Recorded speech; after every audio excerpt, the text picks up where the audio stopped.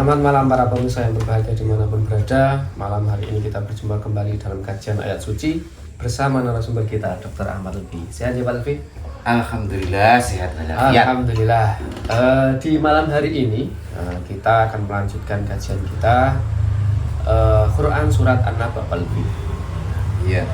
Ini bagaimana kronologi turunnya Quran surat tersebut dan bagaimana penjelasan Quran surat An-Naba ini menurut jenengan.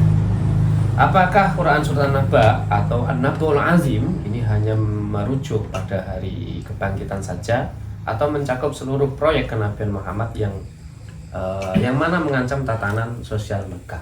Monggo penjelasannya bagaimana? Ya, surat An-Naba. Naba ini berita ya. An-Naba ul Azim berarti berita yang besar lah begitu. Dalam urutan kronologi di kajian kronologi tafsir Al-Quran itu menempati urutan setelah surat At-Takwir ya. Dimana kita tahu bahwa di surat-surat sebelum surat An-Naba ini merespon kepada kondisi Nabi Muhammad beserta komunitas kenabiannya karena berada di dalam tekanan kelompok Quraisy Mekah. Oh ya. Yang itu tekanan itu diwujudkan dalam bentuk undang-undang yang disebut dengan Sakhifah Quraisy itu. Nah, itu direspon oleh surat-surat yang sudah kita bahas. Al-Qari'ah, lalu kemudian Infitor, lalu kemudian Al-Qadar dan seterusnya yang sudah kita bahas itu. Nah, surat An-Naba ini merespon situasi yang berbeda. Dalam beberapa riwayat itu menunjukkan bahwa orang Quraisy ini mulai tidak percaya terkait dengan bukan tidak percaya, saya istilahkan itu orang Quraisy itu mulai mempertanyakan informasi yang terkait dengan dunia akhir. Oh iya. Mulai mempertanyakan itu. Kenapa kok mulai dipertanyakan? Karena di surah-surah sebelumnya biasanya berita hari kiamat itu dipakai untuk mengintimidasi. Gitu. Hari akhir itu ya. Dipakai untuk mengintimidasi. Jika tidak taat kepada Muhammad, maka kemudian intimidasinya besok di hari kiamat itu akan berada di dalam kerugian yang nyata, neraka dan seterusnya. Wa amamang sakulat mawazinuhu fahuwa fi 'ishatir radiyah wa amaman khaffat mawazinuhu fa ummuhu hawiyah, kan begitu ya. Itu kan berita-berita akhirat itu. Nah, ini orang-orang Quraisy ini mulai mempertanyakan akurasi terkait dengan informasi hari akhir ini. Apakah betul memang hari akhir itu seperti itu, begitu. Nah, sebelum menjawab itu ada beberapa hal ya yang terkait dengan riwayat yang menyatakan banyak orang Quraisy tidak percaya adanya hari akhir, begitu. Sehingga mereka itu menganggap hidup itu ya di dunia ini saja, pasca mereka meninggal itu tidak akan ada apa-apa lagi. Artinya ketika meninggal selesai ya sudah gitu. Jadi hidup ini selesai ketika di dunia ini. Ya. Ada banyak riwayat begitu sehingga menyatakan orang Quraisy ini tidak percaya hari akhir, begitu. Saya justru mempertanyakan riwayat itu. Jika misalnya orang Quraisy itu mempercayai hal-hal yang seperti saya ungkapkan tadi, mengapa orang-orang Quraisy itu percaya kepada Yang Maha Kuasa? Oh, iya. Orang Quraisy itu percaya kepada Tuhan, gitu loh. Bahkan informasi terkait dengan kepercayaan orang Quraisy kepada Allah Subhanahu wa Ta'ala itu tertera di dalam kitab suci. Itu seperti banyak bunyi ya, wala in sa'altahu man khalaqas samawati wal ard la yaqulanna Allah. Ketika kau bertanya kepada orang-orang Quraisy yang menjadi pembangkangmu itu, wahai Muhammad, siapa yang menciptakan langit dan bumi, maka mereka akan menjawab yang menciptakan itu Allah. Dalam hal ini mereka sudah mempercayai hal-hal yang sifatnya abstrak seperti itu. Nah, mana mungkin orang yang percaya kepada yang maha kuasa tidak percaya hari akhir. Nah, ini yang kemudian saya agak ragu-ragu terkait riwayat yang menyatakan bahwa orang Quraisy itu tidak percaya hari akhir. Mereka percaya. Lalu kemudian bagaimana dengan ayat-ayat yang misalnya orang Quraisy itu bertanya begitu, bagaimana keadaan hari akhir itu, sehingga Al-Quran itu menjawab itu loh, kaifa yuhyil idoma wa hiya ramim. Bagaimana Allah itu menghidupkan tulang-tulang, wahia, di mana tulang-tulang itu romim, remuk gitu. Nah, ungkapan-ungkapan ini seolah-olah orang Quraisy itu tidak percaya kepada hari akhir. Nah, saya mempersepsi pertanyaan Quraisy ini berbeda dengan persepsi terkait dengan orang Quraisy itu tidak percaya hari akhir. Justru menurut saya pertanyaan-pertanyaan ini pertanyaan yang sangat filosofis. Gitu. Filosofis gitu ya? Sangat filosofis itu. Bagaimana menghidupkan sesuatu yang sudah mati gitu. Nah, deskripsi tentang bagaimana kehidupan setelah mati itu yang menjadi pertanyaan orang Quraisy itu kurang lebih dideskripsikan di dalam surat yang kita diskusikan ini. Itu yang disebut dengan surat An-Naba. Makanya disebut dengan surat berita. Begitu. Berita yang agung lah begitu. Berita yang agung terkait Tuhan mulai mendeskripsikan terkait bagaimana kehidupan setelah mati itu. Nah, di awal-awal surat ini kita baca beberapa hal saja ya. Nah, begitu. Wa khalaqna misalnya begini. Amma yatasaalun begitu. Tentang apa mereka saling bertanya begitu. Bukan meragukan hari akhir ya. Tentang apa mereka ini bertanya begitu. Anin nabail adim alladzi hum fihi mukhtalifun, di mana di dalam deskripsi hari akhir ini berbeda-beda begitu.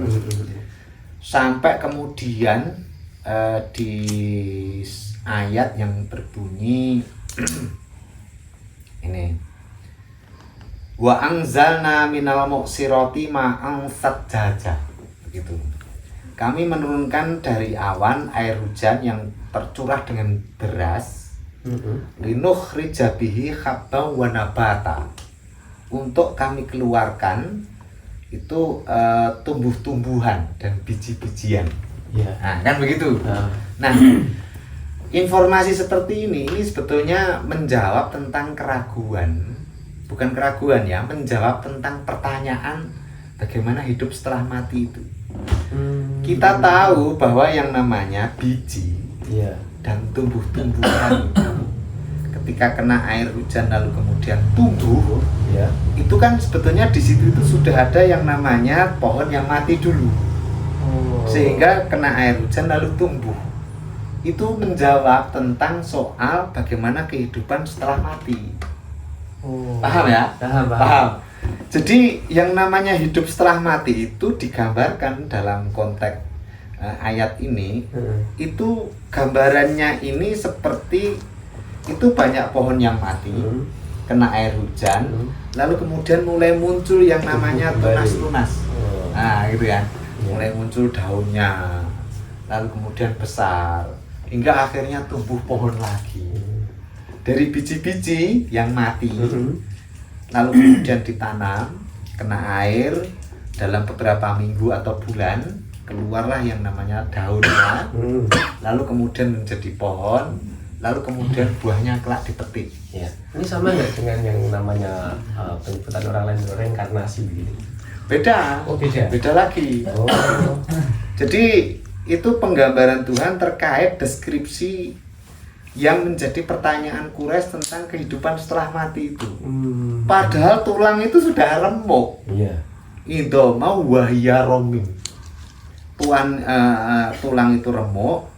Lalu kemudian yuhyil idoma. Nah, ini bagaimana sih menghidupkannya? Begitu. Nah, kalau kamu ingin gambaran itu bisa kamu lihat pohon-pohon yang tumbang itu. biji-biji yang berserak. Iya. Mereka mati gitu loh. Tapi begitu kena air hujan tumbuh lagi. Lah tumbuhnya itu yang disebut dengan bu'sah. Bu'sah itu tumbuh itu. Makanya kemudian ketika kita nanti mati, lalu kemudian dibangkitkan di hari kelak, hari akhir itu, maka disebut dengan yaumul ba'as, hari kebangkitan. Kan begitu? Iya. Nah, apakah mungkin tulang yang belulang yang hancur itu? Lah itu pohon aja mungkin. Gitu loh. Biji yang mati aja mungkin. Oke, Gitu. gambarannya seperti itu ya. Kenapa ketika ketika Indoma wahya romim itu tidak mungkin untuk hidup kembali? Toh yang di dunia aja kamu lihat sehari-hari, pohon yang tumbang, lapuk, itu kena air hujan, tumbuh lagi di atasnya. Begitu. Itu aja mungkin begitu. Nah, deskripsi tentang hari akhir itu kurang lebih seperti itu. Nah, hal seperti ini itu juga pernah ingat saya pernah ditanyakan oleh Plato. Gitu ya.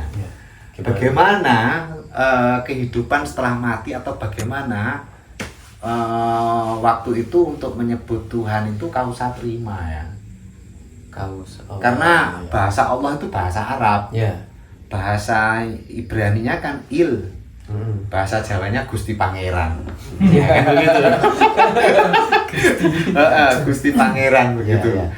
Nah, makanya kemudian itu pernah pertanyaan Plato seperti itu. Nah, kurang lebih gambaran Plato itu dengan penggambaran geologis. Seperti yang kita deskripsikan tadi. Nah, makanya kemudian saya melihat pertanyaan orang Arab terkait dengan pertanyaan hari akhir itu pertanyaan filosofis. Mengapa pertanyaan filosofis? Karena itu pernah ditanyakan Plato juga. Begitu loh. Ya, ya, ya. Makanya tingkat pertanyaan yang sama di masa yang berbeda, kualitas pertanyaannya itu sama dengan kualitas pertanyaan filosof. Maka kemudian di dalam hal ini tidak bisa kita sebut orang Arab itu orang yang primitif. Iya. Gitu loh. Karena pertanyaannya filosofis, Pak. Begitu. Ya, betul. Nah, ini pertanyaan yang sangat rasional dan filosofis. Bukan soal tentang keraguan mereka tentang kebangkitan hidup setelah mati. Karena itu tidak mungkin wong mereka tahu Allah. Iya. Gitu kan? Seperti yang saya ucapkan tadi, gitu loh. Dari sini maka kemudian linukhrija bi habba wa nabata begitu. Kami keluarkan itu biji-bijian, tanam-tanaman, wa jannatin alfafa dan kebun-kebun yang rindang. Nah, kan begitu. Setelah keluar biji-biji itu keluar benih-benihnya itu keluar pohon-pohon kecil-kecil, daun-daun, wa jannatin alfafa. Lalu kemudian menjadi kebun yang sangat rindang, Tumbuh menjadi lebat. Akhirnya awalnya mati hidup lagi. Lah, gitulah gambarannya nanti. Hutan gundul begitu, bukan hutannya yang ada di Sumatera yang di balak liar itu. Tapi ini hutan yang pohon-pohonnya itu telah lapuk lalu tumbang, dengan akhirnya itu lalu kemudian tumbuh lagi menjadi hutan yang lebat lagi. Dari situlah maka kemudian kehidupan di akhirat itu seperti kehidupan ketika pohon-pohon itu belum lapuk. Jadi hidup, lapuk, hidup lagi. Begitu. Sama dengan manusia. Hidup sekarang, mati, dikubur, nanti yaumul bu'sah, hari kebangkitan, hidup lagi seperti hidupnya pohon-pohon yang telah lapuk tadi. Nah, inilah jawaban terkait dengan bagaimana Tuhan menjawab pertanyaan perselisihan yang terkait dengan orang Mekah tentang deskripsi hari akhir itu gambarannya seperti apa. Kan tadi mukhtalifun tadi. Nah, ini seperti yang anin nabail adim alladhi hum fihi mukhtalifun. Nah, begitu. Dalam hal itu mereka berselisih pandangan. terkait dengan bagaimana sih deskripsi hari akhir itu. Lah Naba al-Azim itu menjawab tentang perselisihan pandangan itu. Oh, gitu loh. Nah, dari sinilah maka sebetulnya kita bisa membaca terkait dengan surat An-Naba ini, membaca dalam arti kurang lebih menggambarkan makna bahwa pada waktu itu memang muncul perselisihan terkait dengan bagaimana hidup setelah mati. Yang perselisihan itu bukan menggambarkan orang Arab tidak percaya hari akhir, sehingga harus ada rukun iman yang keenam, gitu. Yang kelima ya. Keenam kan kodok dan qadar. Iya. Begitu. Kan percaya pada Allah, malaikat, kitab suci, lalu kemudian hari akhir, kan begitu harus percaya. Itu kalau nggak percaya tidak beriman, begitu. Orang Arab percaya, Pak. Gitu ya. Jadi tidak perlu menjadi rukun iman yang kelima. Orang percaya hari akhir. Semenjak jahiliyah pun mereka setelah percaya. Iya. Begitu. Nah, cuman deskripsinya bagaimana berbeda-beda. Nah, Tuhan menjawab deskripsi itu dalam surat An-Naba ini. Anin Naba'il Azim. Melalui berita ini. Nah, setelah diinformasikan terkait bagaimana mereka dihidupkan lagi, yuhyil idoma wahyaromin, muncullah deskripsi di ayat-ayat selanjutnya tentang nasib-nasib manusia di akhirat. Nah, gitu. Ini pemetaan hari akhir muncul lagi. Begitu loh. Nah, ini coba kita baca.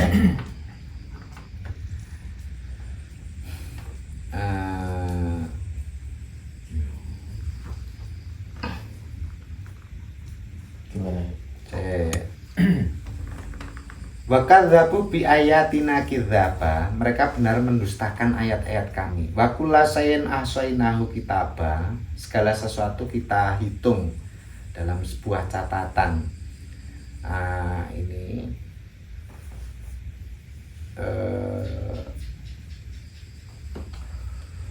dan di sana mereka tidak mendengar percakapan yang sia-sia dan tidak pula perkataan dusta. Nah, ini nasib bagi orang-orang yang beruntung, bagi orang-orang yang mengikuti Muhammad. Begitu. Jaza amir rabbika atau an hisaba, begitu. Sebagai balasan pemberian yang banyak dari Tuhanmu. Nah, begitu. Atas prestasi kamu mengikuti Muhammad. Mengikuti Muhammad maka akan diberikan balasan yang seperti itu. Nah, informasi-informasi terkait dengan bagaimana mereka dijanjikan kehidupan setelah mati dengan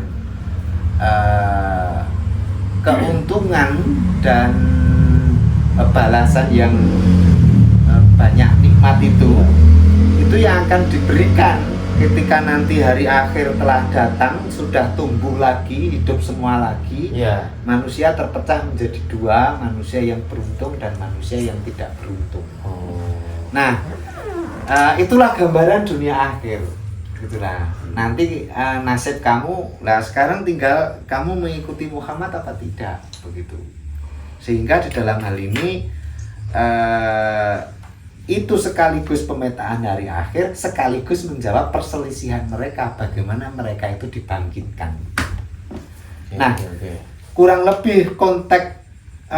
Kurang lebih loh ya. Kurang lebih kemunculan surat An-Naba itu berkaitan dengan soal-soal yang melingkupi seperti yang kita diskusikan itu. Ini muncul terkait dengan gimana ya orang yang itu tulangnya dimakan ikan hiu misalnya. Lalu kemudian kalau ikan hiunya satu gitu. Kalau ikan hiunya banyak kan bisa 10, berarti kan tulangnya ada di hiu sini, hiu sana, terus menyebar ke seluruh penjuru dunia, kan tulangnya berserak. Bagaimana menghidupkannya? Nah, begitu. Nah, itu dijawab dengan surat An-Naba ini. Nah, nanti setelah dihidupkan, nasibnya dibagi menjadi dua. Gitulah kurang lebih konteks kemunculan surat An-Naba ini. Quran surat An-Naba terkait dengan berita yang agung. Ya, berita yang agung. Artinya wahyu itu merespon akan adanya perbedaan di antara mereka aja. Merespon itu yang pertama perbedaan, yang kedua merespon terkait dengan perselisihan. Perselisihan. tentang gambaran bagaimana manusia itu dibangkitkan, begitu. Dan itu sekali lagi tidak terkait, menurut saya, Iya. tidak terkait dengan ketidakpercayaan orang jahiliyah akan adanya hari akhir. Tapi mereka hanya minta deskripsi gambaran tentang kejadian hari akhir. Bagaimana sih buksah itu atau kebangkitan itu? Nah, dideskripsikan di dalam ini. Linukhrija bihi tadi, Iya. wajanatin alfafa, begitu, satu kebun yang sangat rindang dan seterusnya. Di mana kebun yang sangat rindang itu awalnya dari pohon yang mati seperti matinya kamu. Begitu. Yang mereka akhirnya hidup lagi menjadi pohon yang rindang. Itu gambaran hari kebangkitan hari akhir nanti. Oke. Mungkin ada lagi Pak Lutfi? Saya kira itu dibalik pesan yang bisa saya tangkap terkait dengan kemunculan surat An-Naba ini. Jadi kalau bisa digarisbawahi, itu kesimpulannya ada dua. Satu, menjawab perselisihan terkait dengan Yaumul Bu'tsah. Yang kedua, itu memastikan bagaimana nasib manusia di akhirat pasca Yaumul Bu'tsah. Dijadikan menjadi beberapa kelompok yang ikut dengan Muhammad, dengan yang tidak, yang beruntung dengan yang tidak beruntung. Gitu. Oke, cukup. Ya, saya kira di situ konteks kemunculan surat An-Naba. Begitu para pemirsa, penjelasan dari beliau terkait dengan Quran surat An-Naba yang memiliki arti berita yang agung terkait dengan menjawab perbedaan dan perselisihan, terus kemudian memetakan terkait dengan nasib setelah hari kebangkitan. Oke, mungkin kiranya begitu terkait dengan penjelasan beliau. Bisa di komen ataupun silahkan mengkomen di kolom komentar, dan kita ketemu lagi di lain kesempatan. See you next time.